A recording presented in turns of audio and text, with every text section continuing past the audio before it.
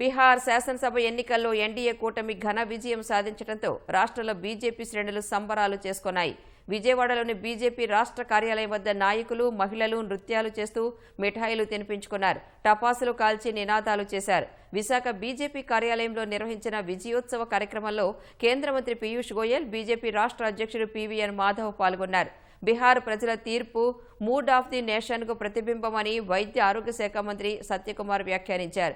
బీహార్ ఎన్నికల విజయం దేశ అభివృద్ధికి బాటగా నిలుస్తుందని తూర్పుగోదావరి జిల్లా నిడదవోలు బీజేపీ నాయకులు అన్నారు. అందనట్టు అద్భుతమైన విజయం, ఒక ల్యాండ్ స్లైడ్ విక్టరీ. బీహార్లో ఒక సునామీ వచ్చిందా అనే విధంగా ఇవాళ ఎన్డీఏ ప్రభుత్వం గెలవటం, సుమారు 208 సీట్లు గెలవటం అంటే అతి సామాన్యమైనది కాదు. 243లో 208 గెలిచి ఒక అపూర్వ విజయం సాధించడం మనందరికీ కూడా ఆనందించాల్సిన విషయం. ఇవాళ నరేంద్ర మోడీ గారి యొక్క ప్రభావం కారణంగా దేశవ్యాప్తంగా, ప్రపంచవ్యాప్తంగా ఏ ప్రభంజనం వీస్తుందో దాంట్లో భాగమే బీహార్లో మరొకసారి ఎన్డీఏ ప్రభుత్వం రావటం.